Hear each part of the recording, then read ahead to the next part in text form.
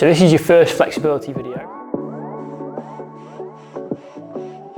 And first of all, we're just going to talk about how the session is going to run.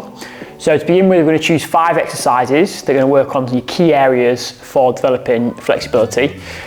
So we want to choose 3 static exercises, which you're holding a position, and then 2 dynamic, where you're moving through a particular range of motion. From there, we're going to perform 1 set of 60 seconds for each of the exercises in sequence. So going from one exercise to the next, 60 seconds on each, and then we'll stop the video, but for you, I'd like you to perform then a further 3 sets of 30 seconds, again in sequence on each of the exercises. That'll then give you 2.5 minutes total of time in that particular stretch.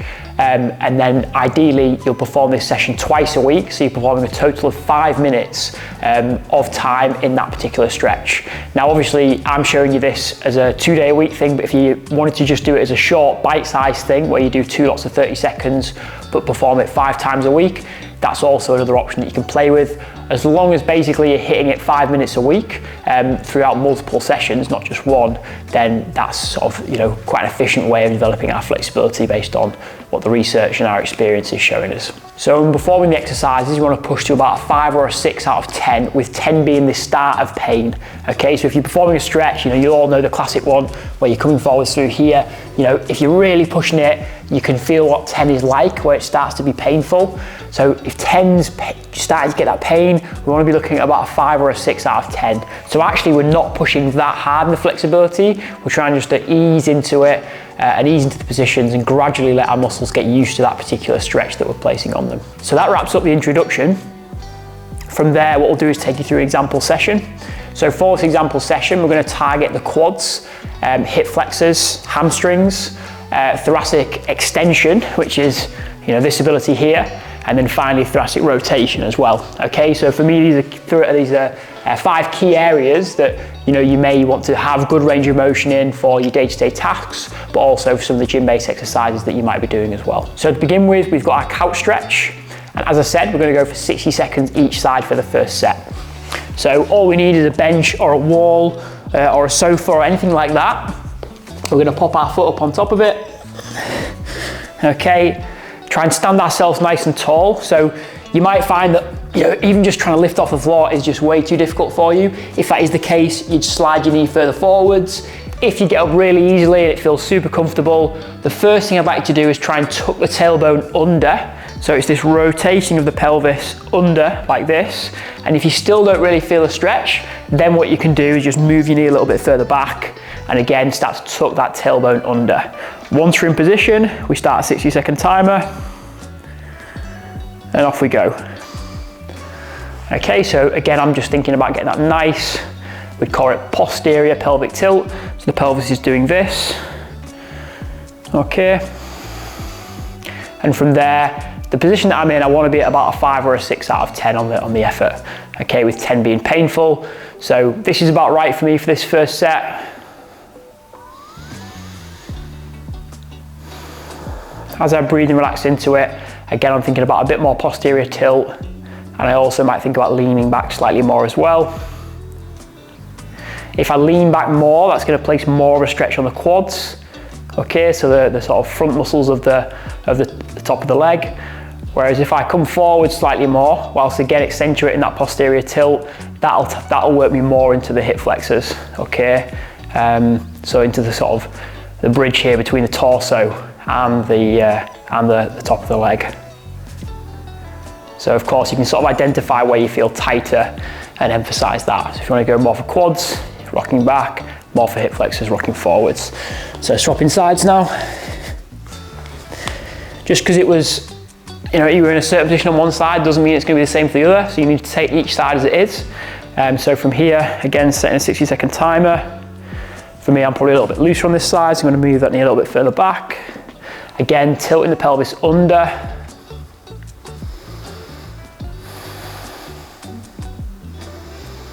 And then bringing that attention to the breath. If you're squinting and really making a face at this point, we know, and you know, that it's more than a 5 or a 6 out of 10 on the effort scale. So you need to be backing it off, reducing the amount of stretch that you're placing on that muscle, and then obviously over time, easing into it more and more. Okay, it's really important that you're not just pushing all your stretches to pain, you are getting used to that sensation, getting used to the position.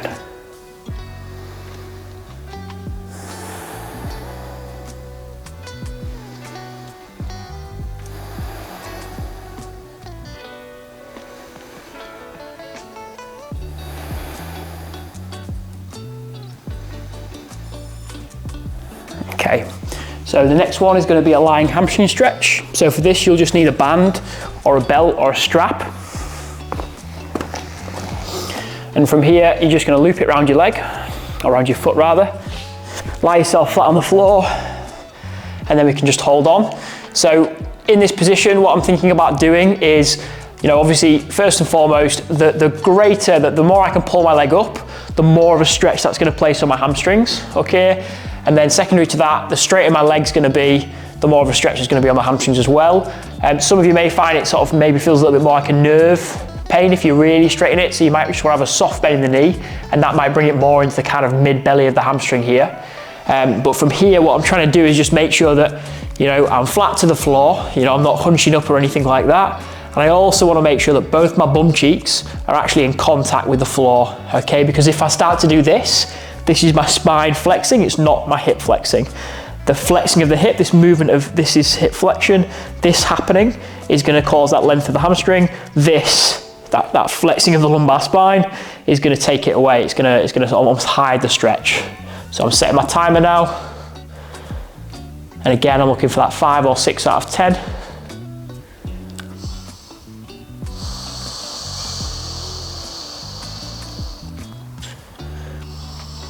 I'm staying relaxed in the face.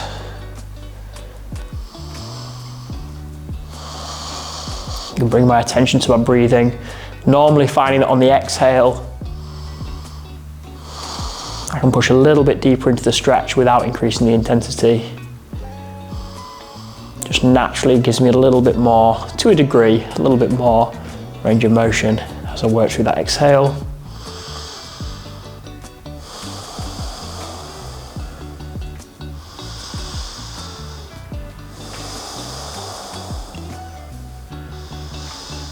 And trying to fixate on the time too much either, just let the timer go as it goes. Keep your awareness on the sensations that you're feeling in the stretch. Okay, slowly lowering ourselves out of it. And we can swap legs. And same again. Making sure I keep both butt cheeks down.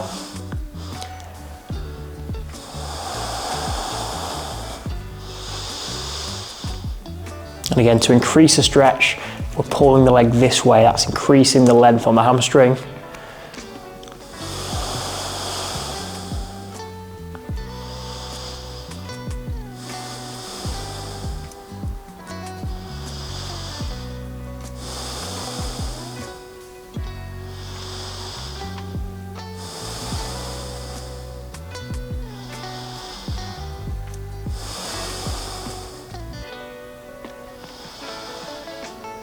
Using that exhale to sink into it a little bit further.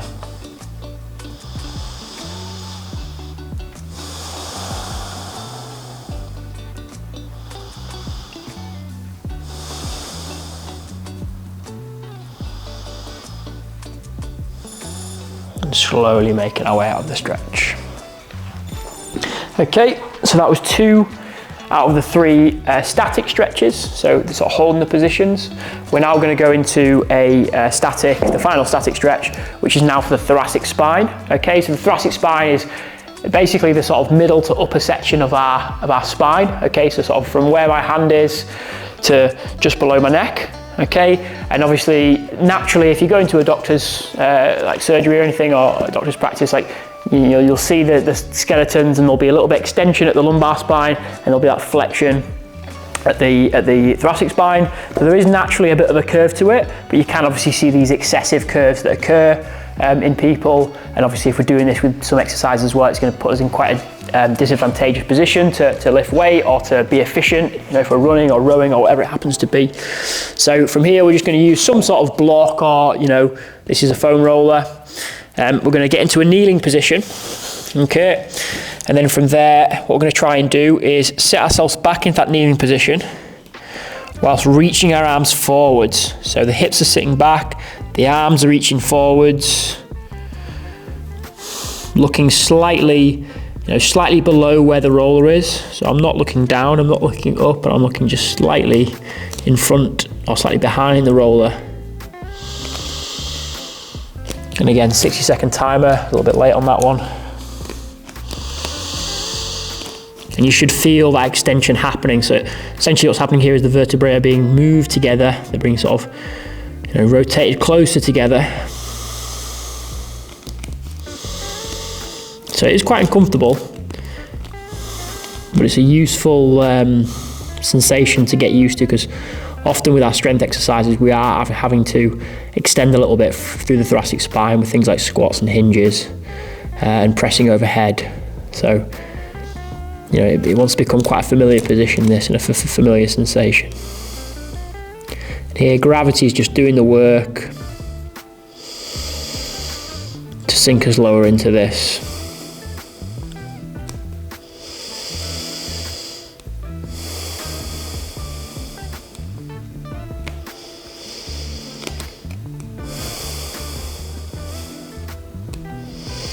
Again, hips sitting back, hands pushing forwards. Inhale, we slowly come up. So with this one, some of you might find it quite uncomfortable just to get into that position. So if that's the case, you can always go on something higher. And that way you don't have to sit the hips back quite as much. You don't sit into quite as much flexion. And obviously, you can perform the same thing there. So obviously, you can modify any of these positions to suit you. And just worth noting with any flexibility work, like, the stretch has to be suitable for you, and you have to be able to get into a position where it feels like you're getting a good stretch to the muscles that I'm describing. If that's not the case, then I would encourage you, and you've played with adjusting the stretch and you just can't find the way to do it, I would suggest finding a different stretch for that area, one that's more suitable for you. You can go easily on YouTube or Google or whatever and search for stretches for that area. And then hopefully it'll give you some ideas about what you can find. And obviously you can always message us as well and we can give you some suggestions. But it is really important that you find stretches that are suitable to you, and then obviously you get into good positions where you are feeling the muscle lengthen. So we're now going to go into our dynamic stretches. So now we're just trying to work through the same areas essentially, but add some movement into it. So the first one is going to be our low lunge rock. So the reason why it's a low lunge is because our hands are going to be on the floor. So first of all, we take this lunge position, okay? Now, if it's quite difficult for us to get down to the floor without feeling like we're really hunched over, we can use something like a yoga block so we feel more comfortable. So as we're doing this one, what we're going to find is that as we're rocking into this position, here we're going to be feeling a stretch through the back leg. So this is maybe getting more into the hip flexors, okay? You'll feel that. And then on the front leg, you're going to be feeling it more into the glutes and maybe the inside of the thighs as well. Whereas as we rock back, we're then going to be going into the front leg hamstring, okay? So it's going from hamstring, and as we shift forward, it's going more into glutes, but on the back leg, it's going more into hip flexors, okay? And all we're going to do for the 60 seconds is just rock between these two positions, okay? Nice and gently, keeping some tension, pushing into the floor, staying nice and upright. So I'm, looking forward slightly, not letting myself hunch over, making sure that movement's happening from the hip. And I'm just gradually working through the flexion and extension. Even if, if you're really tight in here and you need to prop up quite far, that's fine. And even if it's just, a really small movement as well, and you're just guiding into it, that's all absolutely fine. You just start where you are and then you build up from there. Again, making sure you're sticking to that 5 or 6 out of 10 on the effort.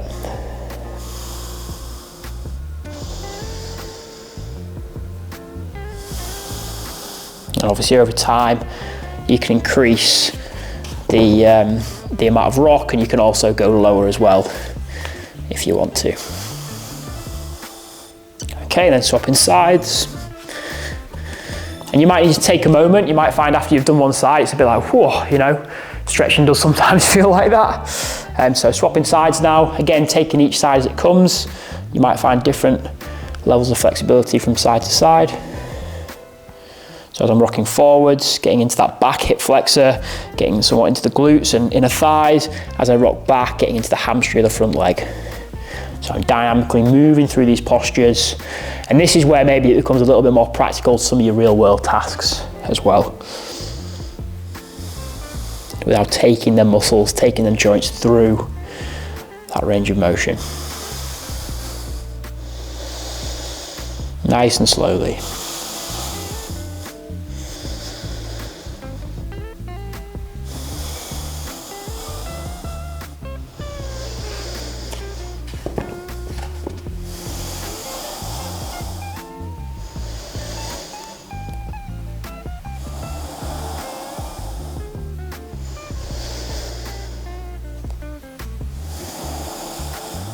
Okay.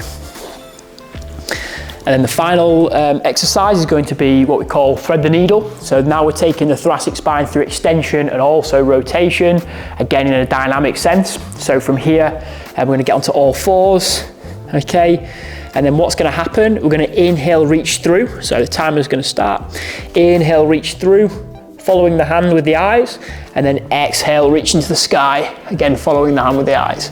And you'll see here that the thoracic spine, the kind of mid to upper back region, you know, we're rotating inwards here, and then we're rotating outwards and extending as we come up. So we're flexing and rotating, and then extending and rotating.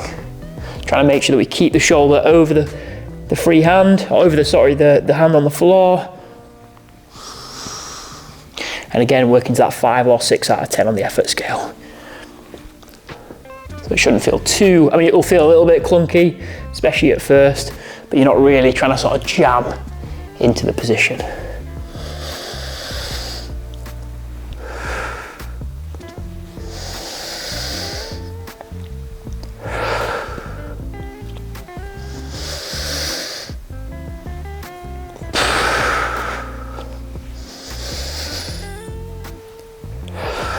Okay, and the other side.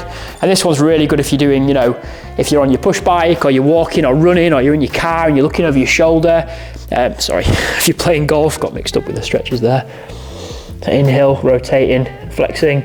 Exhale, rotating and extending.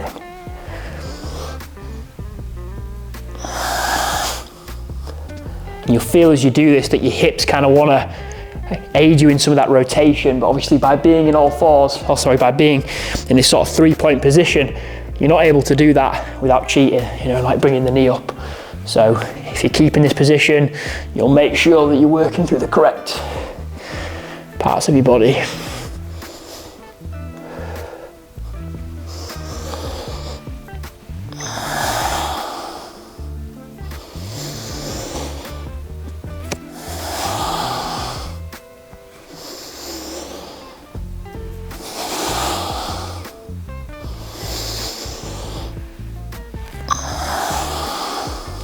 Okay, so that's all our 5 stretches.